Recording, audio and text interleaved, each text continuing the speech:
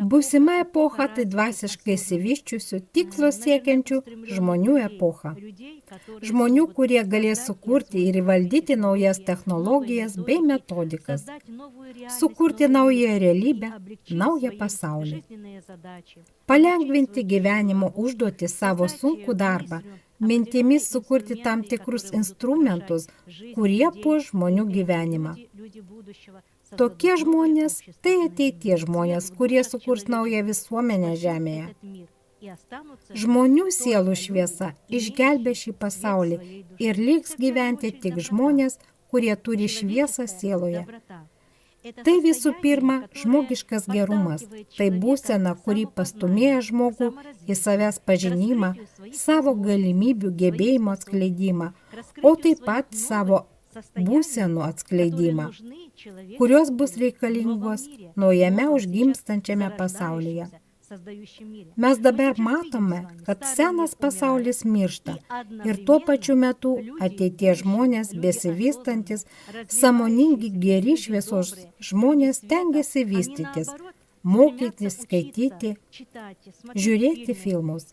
Daugumas iš jų išreiškia savo kūrybą bei seka savo mintis.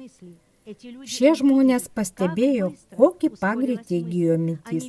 Jie mato, jog jų mintis aplenkia patį įvykį, o kartais įvykis aplenkia mintis. Ir tada žmogus užduoda savo klausimą, kas buvo pirminis, įvykis ar mintis. Tai žmonės, kurie galvoja apie rytojų, tai neabejingi ir naudingi šiame pasaulyje žmonės. Žvelgdama į ateitį, aš matau, kad artimiausių 10, 11, galbūt 12 metų bėgyje vyks žmonių atranka į naują pasaulį. Žmonių, kurie pereis į naują epochą, kurie atlaikys besibaigiančio kvantinio šuolio blikštės naujas vibracijas. Po 10 metų žmonija labai pasikeis.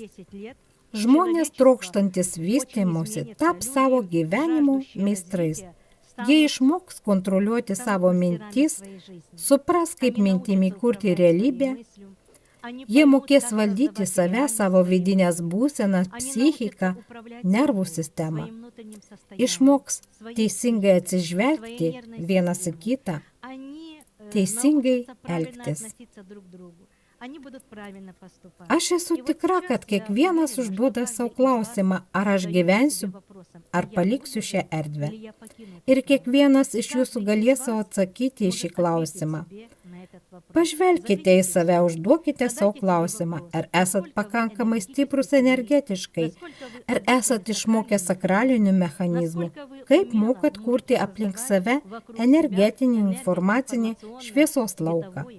Ar esat gerai žmonėmis, kaip padedat kitiems, kaip jiems tarnaujat, ar esat įvaldę žinias apie kosmoso kūrinyje, visatą, save sukūrimą. Ar žinot savo organų darbą ir kaip save suprantat? Ar sveikas jūsų gyvenimo būdas, ar jūs jo laikotės? Kada valėte savo kūną, dirbote su sakralinėmis metodikomis, paremtomis sakraliniais mechanizmais, kuriančiais kvantinius pokyčius bei transformacijas? Kada paskutinį kartą buvote rezonanse su savo aukštesniuoju aš būsenomis bei savo tikrąją prigimtimi? Kada paskutinį kartą bendravote su savo siela ir supratote tokį bendravimą? Ir ar iš viso tai galite daryti? Užduokit savo tokius klausimus. Jei atsakysite savo šios klausimus ir seksite savo evoliuciją nuo kvantinio šuolio pradžios 2013 metų iki šio gyvenimo momento ir pamatysite, kad sugebėjote pakilti, išsivystyti, sugebėjote pasikeisti ir vis tęsite tą daryti, jūs esat šaunuoliai. Jūs praeisit visas transformacijas, sugebėsit atlaikyti visas bėdas, kurias jums sukūrė ir dabar visame pasaulyje palaipsniui jas įgyvendina. Jūs susidursite ne tik su totalia kontrole, bet ir su labai rimtais sunkumais, kai žmonės negyvens, o sieks išgyventi. Mano mėlėjai, kūrybingi, ateities, sąžiningi, geri, šviesos žmonės bus išgelbėti. Jei kiti žmonės susidurs su problemomis, tai tokiems žmonėms visada ateis pagalba iš aukščiau. Jie sutiks tokius žmonės, kurie jiems visada patars, pasidalins, nukreips bei padės.